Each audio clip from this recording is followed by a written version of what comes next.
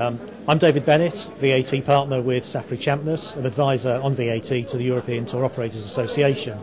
I've just participated in a panel session at the ETOA conference on regulatory change affecting tour operators in Europe and covering VAT and the Package Travel Directive.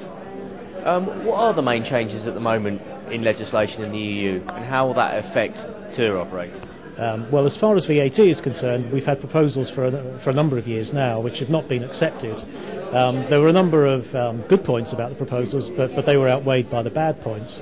And there was a concerted effort a number of years ago to prevent, I suppose, that legislation coming to pass, and it was successful. But the proposals have never gone away, and ETOA as a trade body has been considering how we might promote that exercise to actually improve the rules that we've got at the moment.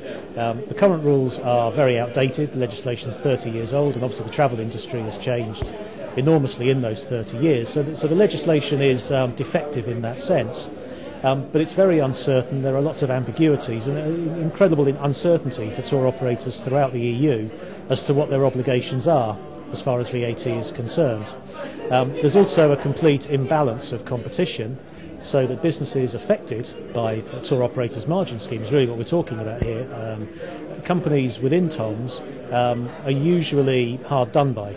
They pay a lot more tax than their competitors who, for whatever reason, are not within the scheme. So we have drawn up a set of proposals which we think counter the current deficiencies of the scheme. Okay, David. Also, EU expanding rapidly, 27 states. How does that affect legislation within the EU?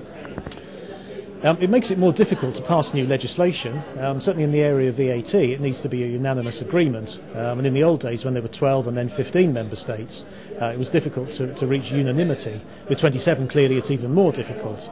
As the EU territory gets bigger, so the VAT cost of selling European holidays increases, because by and large VAT is payable whenever the holiday takes place within the EU. So obviously as the EU gets bigger, so there are more countries brought within the scope of VAT. So holidays to certain countries which were not member states until a number of years ago became more expensive, for example. So if Croatia, to name but one, was to become a member state, it could be expected that holidays to Croatia would become more expensive. But the current legislation, well, under the current legislation, I think you would find that the uncertainties would just be magnified because you just get more differing interpretations of the rules, making it far more difficult for those companies that need to try and put all of this into practice to actually comply. It's quite a complicated area, VAT. What advice would you give to someone running a smaller tour operator, what they should do to prepare themselves, how they should prepare looking forward? Well, certainly in the UK, the current TOM scheme has a number of advantages, features really which are specific to the UK, and they offer a UK-based tour operator a number of ways in which they can mitigate the VAT due, and this is all totally acceptable.